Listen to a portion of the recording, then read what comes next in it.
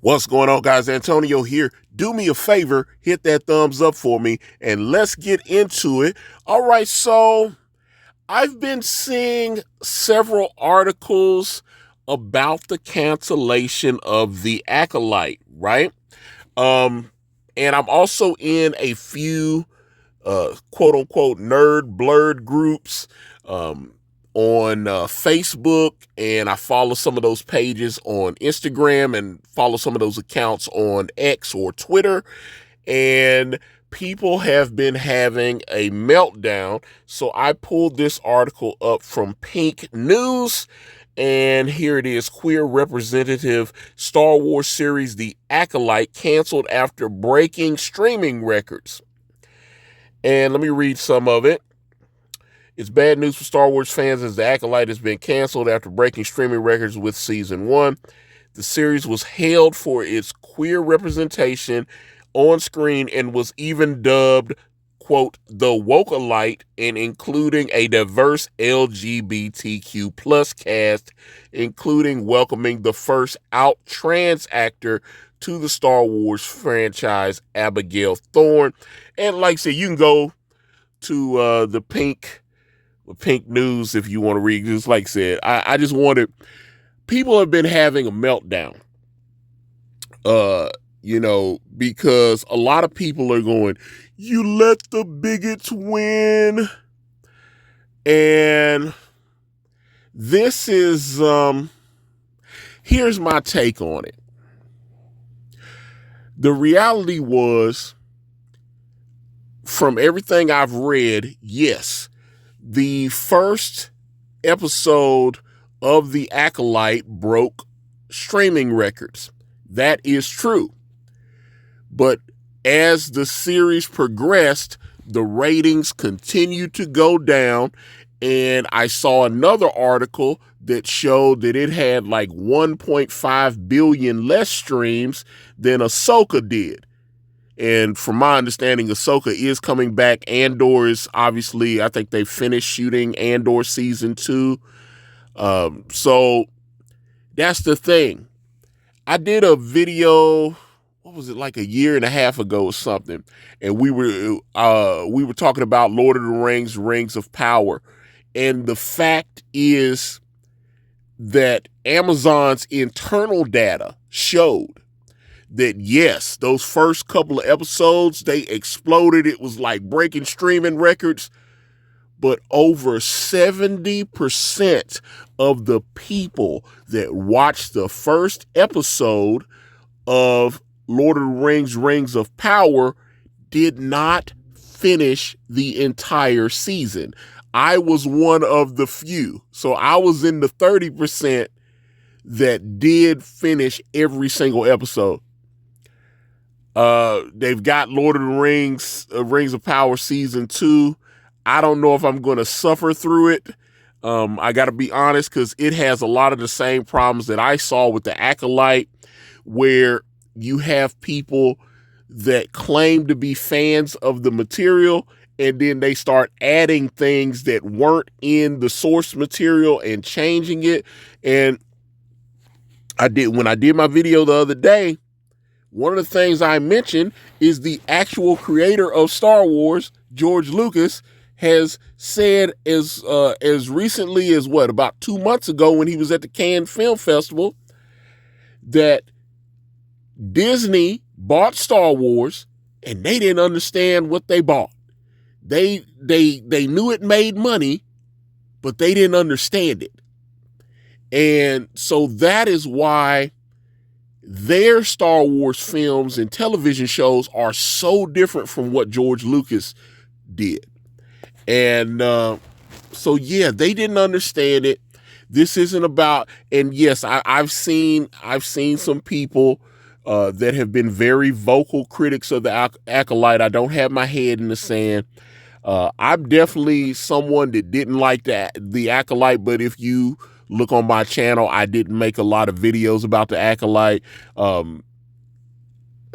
It was, as much as Star Wars is like my all-time favorite, and I decided it was so bad that I didn't want to, I didn't want to be one of the YouTubers because there's like 150 YouTubers that are making Wokealite this, Acolyte Star, Woke Disney this. Every time a Marvel movie comes, because a Marvel movie, a DC movie, and they'll take a character and they'll change his gender or sex, or make him a white character, make him a black character or whatever. I didn't want to be that, so I was watching the Acolyte and I saw some things and it raised my antenna. Did anyone notice that the Trade Federation all of a sudden had perfect English accents? But the Jedi guy, the guy that I can't remember his name, he was on the Squid Games, but he's a Korean actor, and he learned English just so he could do this part in the Acolyte.